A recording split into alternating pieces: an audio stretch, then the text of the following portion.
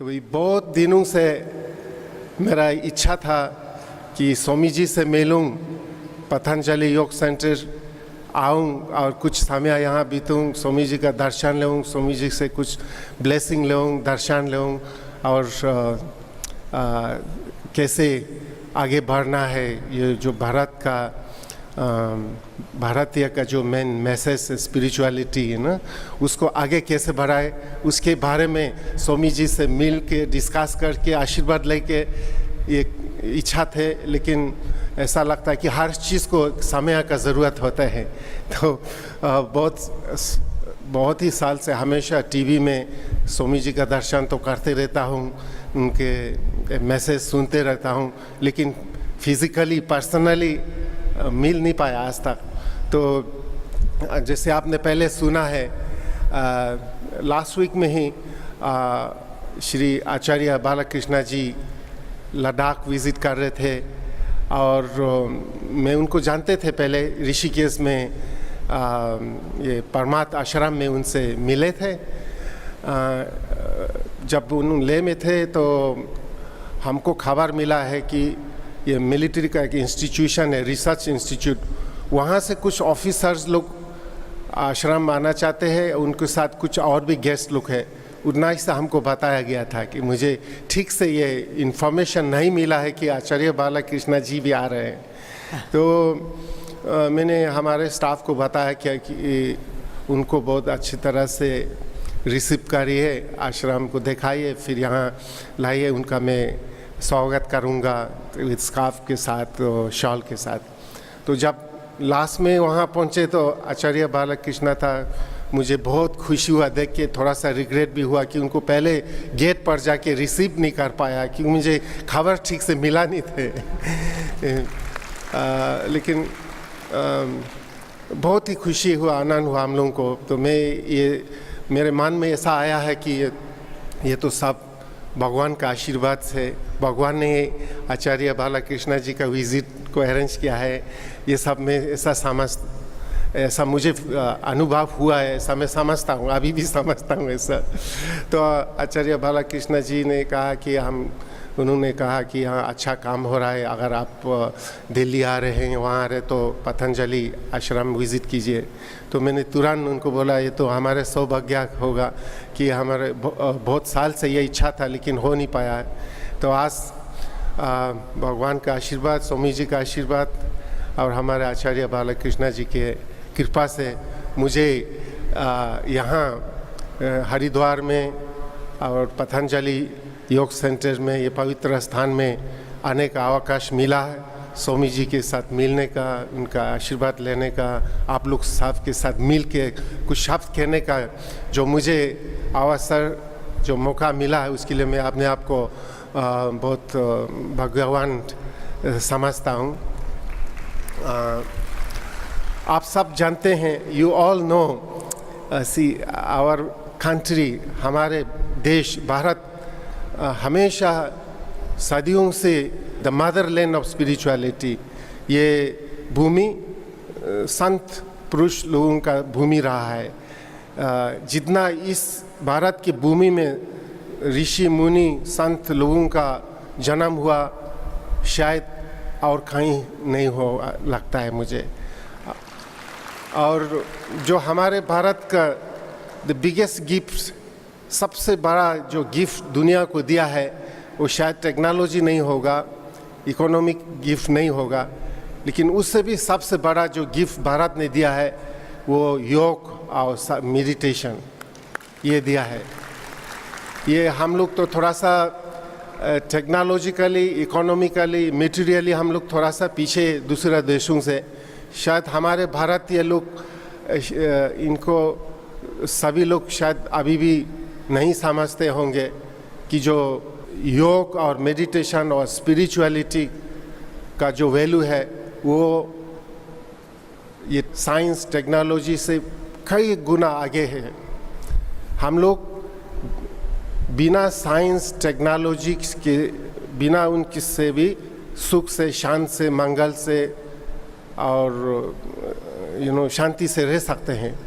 लेकिन without spirituality, धर्म के बिना ज्ञान के बिना, साधना के बिना, योग मेडिटेशन के बिना हम कोई भी सुख शांति से नहीं रह सकते हैं।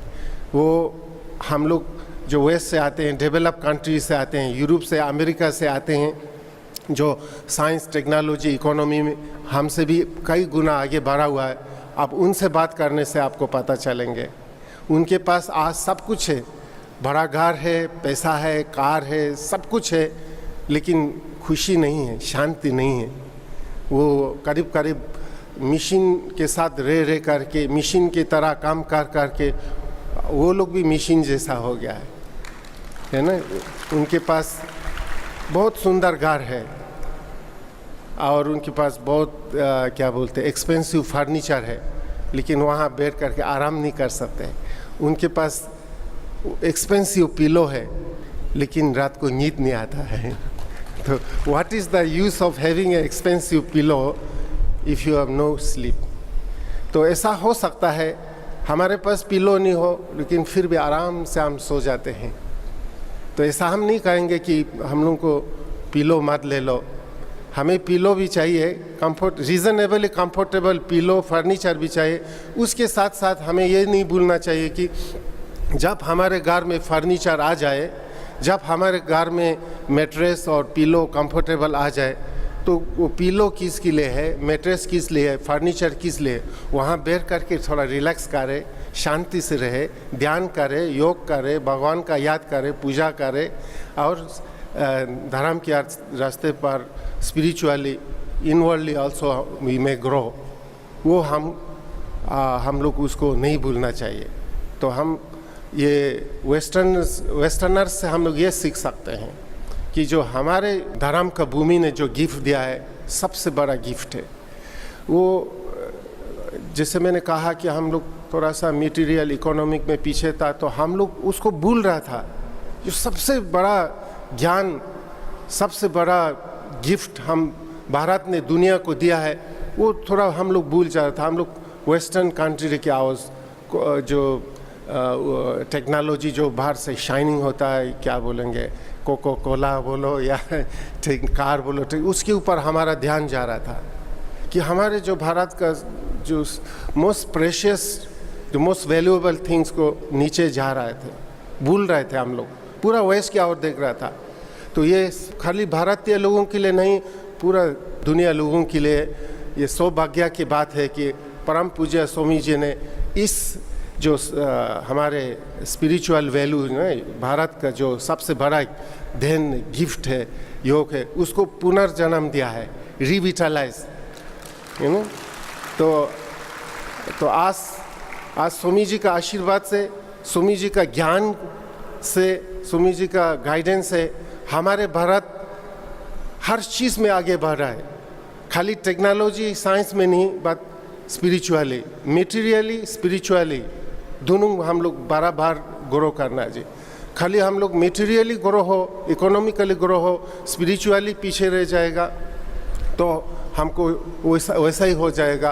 अच्छा घर रहेंगे, कार रहेंगे, पिलो रहेंगे, लेकिन मन में शांति चले जाएंगे। ऐसा ना हो। तो अभी हम भारत स्वामी जी का गाइडेंस में, ब्लेसिंग्स में, हर चीज़ का, टेक्नोलॉजी में भी आगे हम लोग बढ़ रहा है, इकोनॉमी में बढ़ रहा है। उसके साथ साथ हम अपने जो रियल योग, meditation, spiritual, religious values, cultural values, human values, वो बढ़ रहा है। इसलिए हमारा देश, जैसे स्वामी जी ने कहा है, कुछ सालों में जल्दी ही हमारा जो देश है, इंडिया है, will be the spiritually super power और स्पिरिचुअल गुरु बनेंगे। पहले से ही था। Bharat, India always has been the Guru, spiritual Guru of the whole world. तो उसको अभी फिर और भी आगे बढ़ेंगे, क्योंकि आजकल और भी उसका ज़रूरत है। इतने वायलेंस, एग्रेशन, किलिंग्स, डिस्टर्बेंस बढ़ रहा है हर दुनिया में।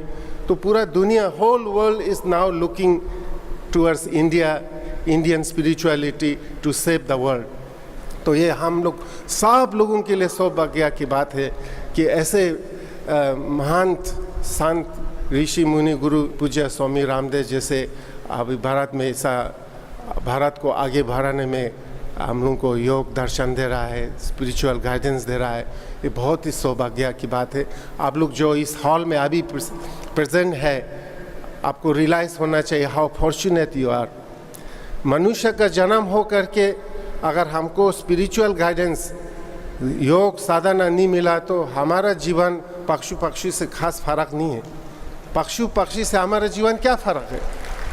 तो थोड़ा सा काम करके खाना बना लेकर के ज़िंदा रहना, तो पक्षी भी मैनेज करते, वो भी एक छोटा घर बनाता है, वो भी इधर उधर जाके खाना ढूंढ करके सरवाइव ज़िंदा रहने का वो कर लेते हैं।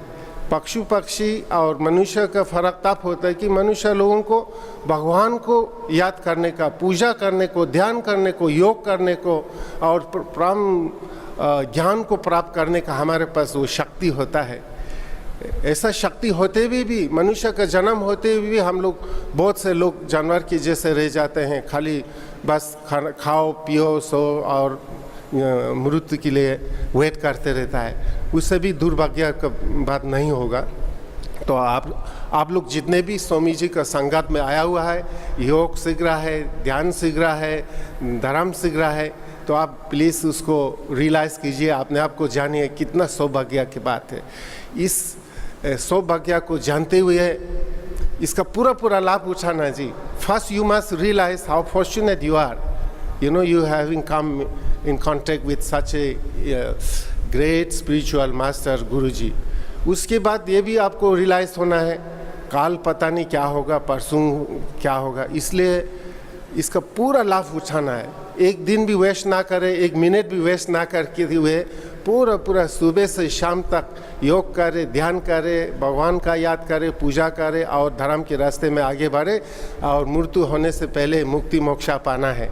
तो अगर ऐसा अगर हमारा जीवन बीते तो यही पृथ्वी स्वर्ग हो जाएंगे। इसी पृथ्वी में हम लोगों को डिवाइन लाइफ अनुभव हो जाएगा, एक्सपीरियंस हो जाएगा। इसी पृथ्वी को स्वर्ग बना सकते हैं, इसी जीवन में ही हम लोग डिवाइन लाइफ एक्सपीरियंस कर सकते हैं। ये आप लोगों को ये मौका मिला है, इस मौका को खोना नहीं है ना जी।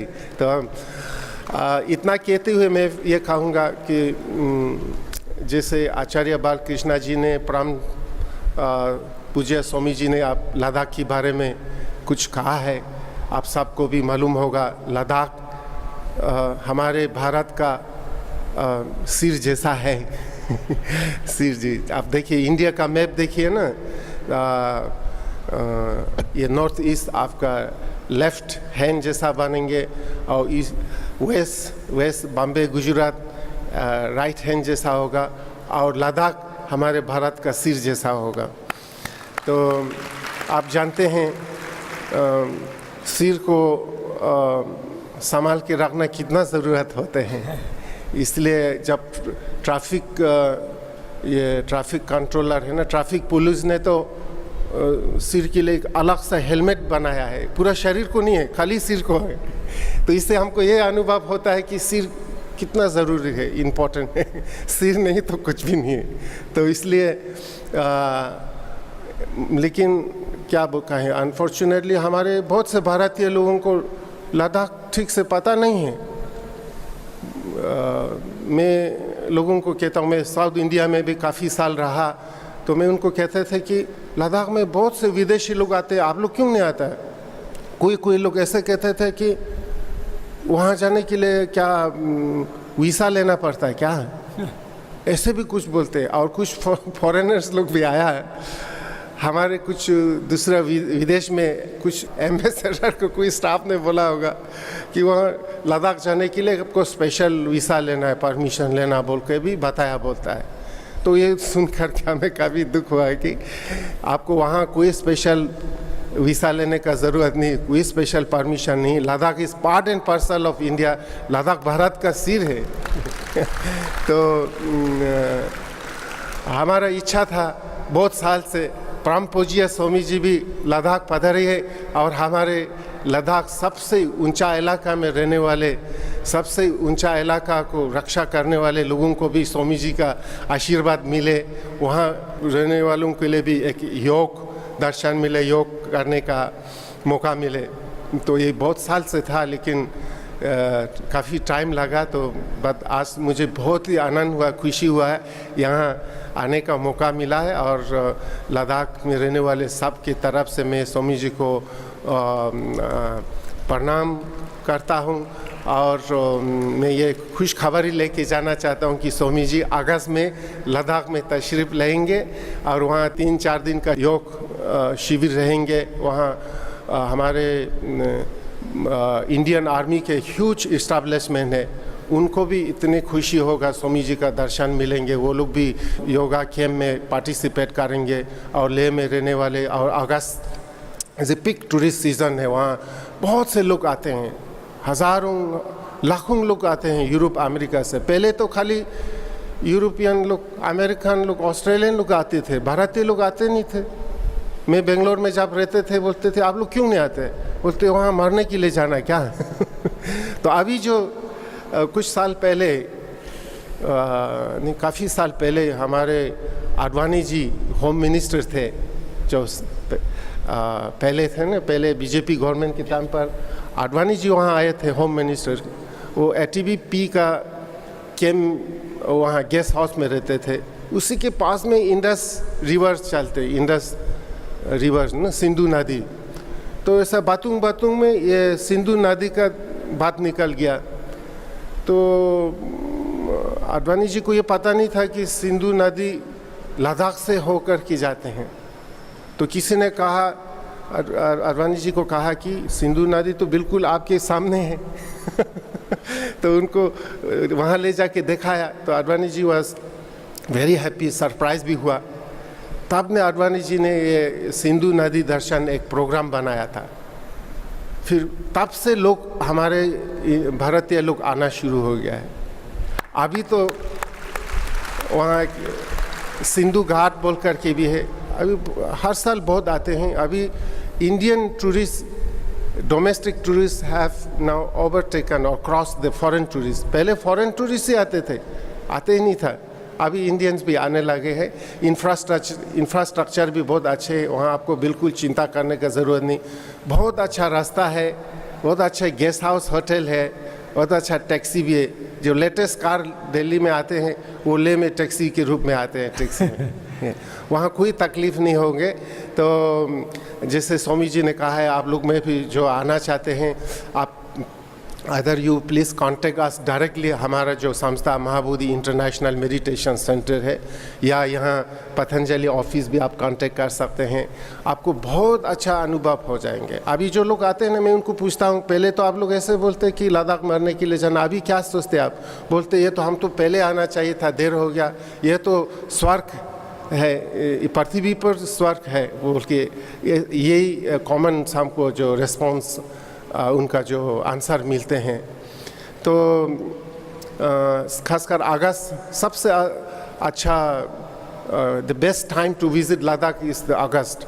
अगस्त के टाइम पर लोकल फ्रूट्स होते हैं वहाँ, एप्पल एंड एप्रिकॉट्स पूरा फूल से भरा रहेंगे, एप्पल से भरा रहेंगे, एप्रिकॉट से भरा रहेंगे। और वहाँ पर एक बहुत ही सुंदर, I think the biggest lake, biggest and the highest lake होगा ये पंगोंग लेक बोल के, वहाँ भी हमारे भारतीय लोग सब जाते हैं, वो है। और जहाँ भी जाओ बहुत ही सुंदर जगह है। लेन Ladakh also known as the land of 4 एम्स बोल के, 4 एम्स का, 4 एम्स का जगह बोलते हैं। That is the land of monks, monastery, mountain and mystics. So because of the cold and little bit isolated, our people have been able to preserve the ancient culture, ancient values अभी भी वहाँ अनुभव कर सकते हैं। जैसे तिब्बत सब लोग जाना चाहता है, तिब्बत देखना चाहता है। तो अभी लोग जो तिब्बत में भी जाके आते हैं, वो कहते हैं कि Ladakh is the original Tibet. तो तिब्बत में काफ़ी चेंज हो गया, टेक्नोलॉजी आ गया। जो पहले तिब्बत होते थे वो उतना नहीं है। अब लद्दाख में अभी भी उसका जो एंशियंट कल्चर, स्पिरिचुअलिटी जैसे पहले है वैसे भी प्रिजर्व करके रखा है। मुझे पूरा उम्मीद है स्वामी जी का विज़िट और आप लोगों का सबका विज़िट बहुत ही एक wonderful experience, life long experience रहेगा, अच्छा एक्सपीरियंस रहेगा, खासकर spirituality. Ladakh is the land of लेन जो स्पिरिचुअली इंक्लाइन पर्सन लोगों के लिए है। तो मैं फिर से स्वामी जी को 1000 बार प्रणाम और आप लोगों को हमारा पूरा लद्दाख की ओर से वार्मेस्ट ग्रीटिंग्स और लद्दाख सब की तरफ से और humble invitation to visit. So next time हम वहाँ मिलेंगे और स्वामी जी का आशीर्वाद से वहाँ हर्बल पतंजलि और महाबोधि मिल के हिमालय के टॉप में पर्वत में जो हर्बल प्लांट्स ग्रो होता है वहाँ पर एक प्रोजेक्ट शुरू किया जाएगा। स्वामी जी का आशीर्वाद से, स्वामी जी का हाथ से वो इनॉग्रेशन होगा हर्बल गार्डन्स। और एक हर साल एक हम रिक्वेस्ट करेंगे स्वामी जी को, हर साल अगस्त जो बेस्ट टाइम है स्वामी जी वहाँ आए, एक मेगा कैंप एवरी ईयर एक मेगा कैंप होगा। वो जो हमारे बॉर्डर रक्षा करने वाले सैनिक लोगों के लिए और हमारे लद्दाखी सिविलियंस लोगों के लिए और जो फॉरेन से लोग विदेशी लोग आते सब के लिए एवरी ईयर एक मेगा कैंप वहाँ लगेगा। I hope Swami ji will not refuse this request, our request to visit for 2-3 days everywhere. So once again all the best and may Lord bless all of us to grow in all goodness, spiritually, physically, mentally, in all aspects. May our country become a role model for peace, for harmony, for inner and outer development साथ में जाए। Science, technology, economy, technology सब हर चीज़ में आगे बढ़ने का एक भारत एक मॉडल बन जाए, एग्जाम्पल बन जाए, यही प्रार्थना है। Thank you. बहुत बहुत अभिनंदन हमारे भिक्षु जी का। और मेरे साथ एक सूत्र बोलेंगे योग दर्शन का। योगांग अनुष्ठानात् अशुद्धि क्षये ज्ञान दीप्ति ही अविवेक ख्याते है। महर्षि पतंजलि कहते हैं योग अंगों के अनुष्ठान करने से हमारे भीतर की अशुद्धि, भीतर के शरीर के, इंद्रियों के, मन के, बुद्धि के, चित्त के दोष, विकार, तमस, अंधकार, सारा भीतर का अशुभ वो नष्ट हो जाता है। अशुद्धि क्षय, अशुद्धि क्षीण हो जाती है और हम शुद्ध हो जाते हैं, बुद्ध हो जाते हैं। हमारे अंदर दोनों चीज़ें हैं, शरीर, इंद्रिय और चित्त के स्तर पर अशुभ भी है और आत्मा नित्य शुद्ध बुद्ध आनंदमय ज्योतिर्मय तेजोमय विराट बहुत दिव्य है। अभी स्वामी जी बोल रहे थे डिवाइन लाइफ का एक्सपीरियंस करना है। Yoga and spirituality, this is the divine gift for whole world. योग और अध्यात्म ये बहुत बड़ी दिव्य गिफ्ट है पूरे विश्व के लिए, हमारे ऋषियों के, हमारे सेजेस के। इससे क्या होता है, हमारे शरीर के एक एक कोशिका में अशुद्धि भी है और वो शुद्ध हो जाता है योग से, यम नियमों के पालन करने से, प्राणायाम, प्रत्याहार, धारणा, ध्यान, समाधि के अभ्यास से। तो यम नियमों का पालन करना है, आसन करना है, प्राणायाम करना है, प्रत्याहार करना है, धारणा, ध्यान, समाधि, संयम का अभ्यास करना है, तो अपने भीतर दिव्यता आती जाएगी। सीधे बैठिए। मैंने एक बात कही थी कि एक भी योग का ठीक से अभ्यास कर लिया जाए। योग के बहुत अंग हैं, योग की बहुत विधाएं हैं, बहुत एस्पेक्ट्स हैं योग के। खाली एक अभ्यास किया आपने, देखो ऐसे,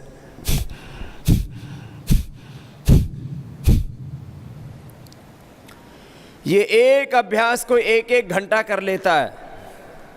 तो मैं फिजिकल से स्टार्ट कर रहा हूं, तो यदि उसको इनफर्टिलिटी है, संतान नहीं हो रही है, शादी के 20 साल 25 साल बाद 40-45 इयर्स की एज में भी उन लोगों को संतान सुख मिला जिन्होंने कपालभाति प्राणायाम का अभ्यास किया। This is the physical benefit. Infertility का प्रॉब्लम दूर हो गया, यूट्रस का फाइब्रॉइड्स, ओवरी का सिस्ट, पॉलीसिस्टिक ओवरीज अच्छा हो गया, फिलिपियन ट्यूब ओपन हो गया। जिन पुरुषों को स्पर्म काउंट कम था उनका स्पर्म काउंट बढ़ गया, मोटिलिटी कम था मोटिलिटी बढ़ गया, किसी भी तरह का सेक्सुअल डिसऑर्डर, वीकनेस, वो सब दूर हो गया। मूलाधार चक्र का शक्ति का ऊर्ध्व आरोहण हो गया। जब हमारे मन में भोग का विचार होता है, हमारे मन में वासना होती है, हमारे मन में अशुद्धि होती है, हमारे मन में विकार होता है, हमारे मन में काम होता है, वासना होती है, हमारे भीतर अज्ञान होता है, तो हमारी शक्तियां बाहर बहती रहती हैं। ये तो सब जानते हैं। जवानों से लेकर के, गृहस्थों से लेकर के ब्रह्मचारी सन्यासी सब इसका एक्सपीरियंस करते हैं। हमारी शक्ति की दो गतियां, एक अधोगति एक ऊर्ध्वगति। अपनी शक्तियों की अधोगति नहीं होने देनी, ऊर्ध्व रेता होना है। ये ऊर्ध्व रेता होने का उपाय है।